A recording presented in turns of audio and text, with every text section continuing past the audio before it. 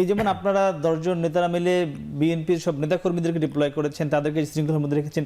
ঠিক একইভাবে এখন বর্তমানে কি আপনারা বিএনপিকে শৃঙ্খলায় রাখতে পারছেন? এই যে চাঁদাবাজি, নানান জায়গায় হামলা, অন্তর্কোন্দল, মানে এটি কিভাবে আসলে কাটানো সম্ভব হচ্ছে না? কেন বিষয়টা নিয়ে আমি যেটা বলতে চাই যে এখানে চাঁদাবাজিটা অলওয়েজই ছিল আমাদের এই সাবকন্টিনেন্ট বলেন বা আমাদের দেশে বলেন, কোনো না কোনো ফর্মে ছিল।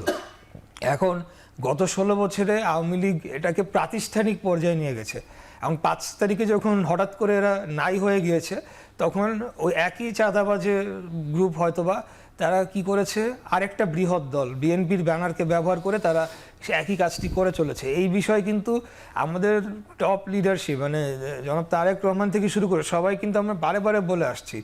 এখন আমাদের বহিষ্কার প্রতিনিয়ত হচ্ছে, কিন্তু দল এত বড়, এটাকে কিন্তু শৃঙ্খলায় আনা বা একদম গ্রাম পর্যায়ে মনিটর করা অনেক সময় আমাদের জন্য, ইউনিয়ন পর্যায়ে ওয়ার্ড পর্যায়ে মনিটরিং করা আমাদের জন্য কষ্টকর হয়ে যায়। সেটা আমরাও স্বীকার করে নিচ্ছি, ভুলভ্রান্তি অবশ্যই হচ্ছে, সেটাও আমরা স্বীকার করে নিচ্ছি।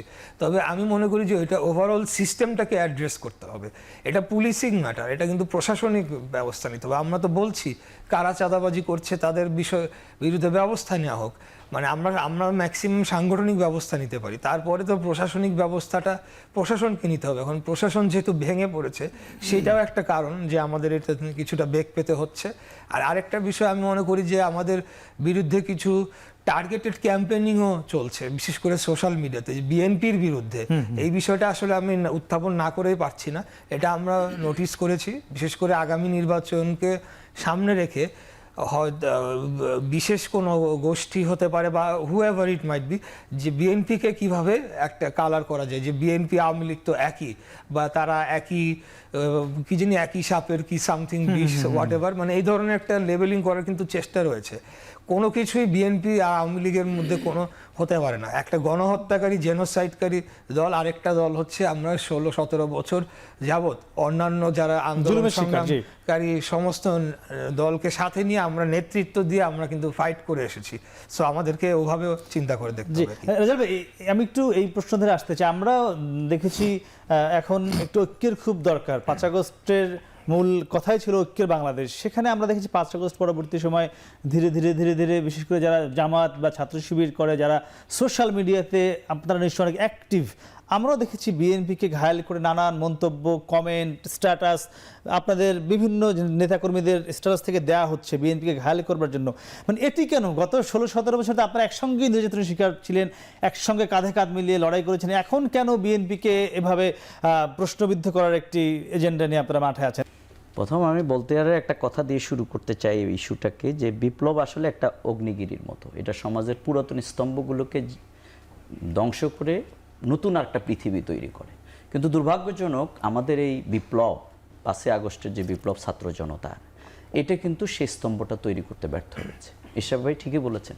আমরা কিন্তু দেখুন ৩ দিন যে গভর্নমেন্ট ছিল না, অর্থাৎ বাংলাদেশ, এই বাংলাদেশে আমাদের ডক্টর শফিকুর রহমান আমিরে জামাত, তিনি আমাদেরকে ৩টে কাজ দিয়েছিলেন যে এই বাংলাদেশ আমরা পেয়েছি শহীদ এবং আহতদের বিনিময়ে, তাদের পাশে দাঁড়াও। আমরা সেই কাজ করেছি, আমরা আনন্দ মিছিল করিনি, আমরা দাঁড়িয়েছি অন্যান্য ধর্মাবলম্বী দল মিলে সবাই, আমরা মাদ্রাসা ছাত্র দল মত নির্বিশেষে আমরা পাহারা দিয়েছি পুলিশের সেই টর্চার সেল যেগুলো নিয়ে আমাদেরকে নির্যাতন করা হতো, গায়েবী মামলা দেওয়া হতো, সেগুলো। সুতরাং এই জায়গায় আমরা কিন্তু করেছি এবং আমরা এখনো করে যাচ্ছি। কিন্তু এই জায়গাটিতে এখন যে অবস্থাটা তৈরি হয়েছে, আসলে গভর্নমেন্ট কিন্তু এই জায়গায় যথার্থভাবে যে ফ্যাসিবাদ মুক্ত একটি সরকার এটা কিন্তু করতে পারে নাই। আপনি এখনো দেখেন সচিবালয় সব জায়গায় কিন্তু আগের লোকেরাই বসা আছে। আপনি তো নিঃসন্দেহ যে সক্কা খেলে দিচ্ছেন না, যে এই জায়গাটা জাস্ট ওখানে নিয়ে রেখে দিচ্ছে, এই জায়গাকে ওখানে রেখেছে। সুতরাং সেটাই রেখেছে তারা। যতক্ষণ পর্যন্ত ফ্যাসিবাদের সে দোষরদেরকে আপনি প্রশাসন থেকে সরাইতে না পারবেন, ততক্ষণ পর্যন্ত এই অবস্থা চলতে থাকবে। দ্বিতীয় হচ্ছে আপনি যেটা বলছেন আমাদের মধ্যে, আমি এটার উল্টোটা প্রথম বলি যে বাংলাদেশ আজকে যা হচ্ছে, আমি গত ১৫ বছরের তুলনায় বাংলাদেশের আইন শৃঙ্খলা পরিস্থিতি যা হচ্ছে এগুলোকে আমি কিচ্ছু মনে করি না। আমি মনে করি বাংলাদেশ খুব চমৎকারভাবে চলছে। পুলিশ কাজ করছে না, মানুষ সেলফ সেন্সর হয়ে এখানে কিছু কাজ করছে।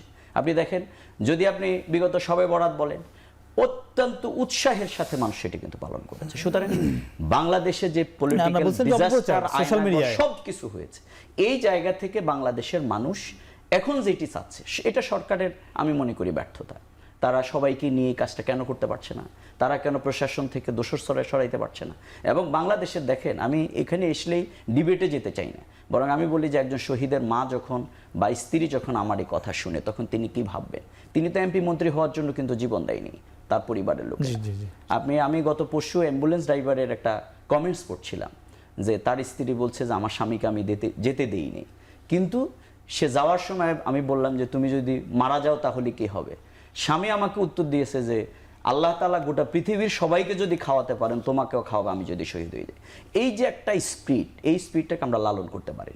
দ্বিতীয় বলছেন আমাদের যে উভয় সোশ্যাল মিডিয়াতে আমি মনে করি আপনি আমাদের একটা আইডি দেখান দলীয় যেগুলো আইডেন্টিফাইড, যেমন আমার ভেরিফাইড পেজ, আপনি দেখেন এখান থেকে আমরা কি ঐক্যের কথা বলছি না বিভেদের কথা বলছি।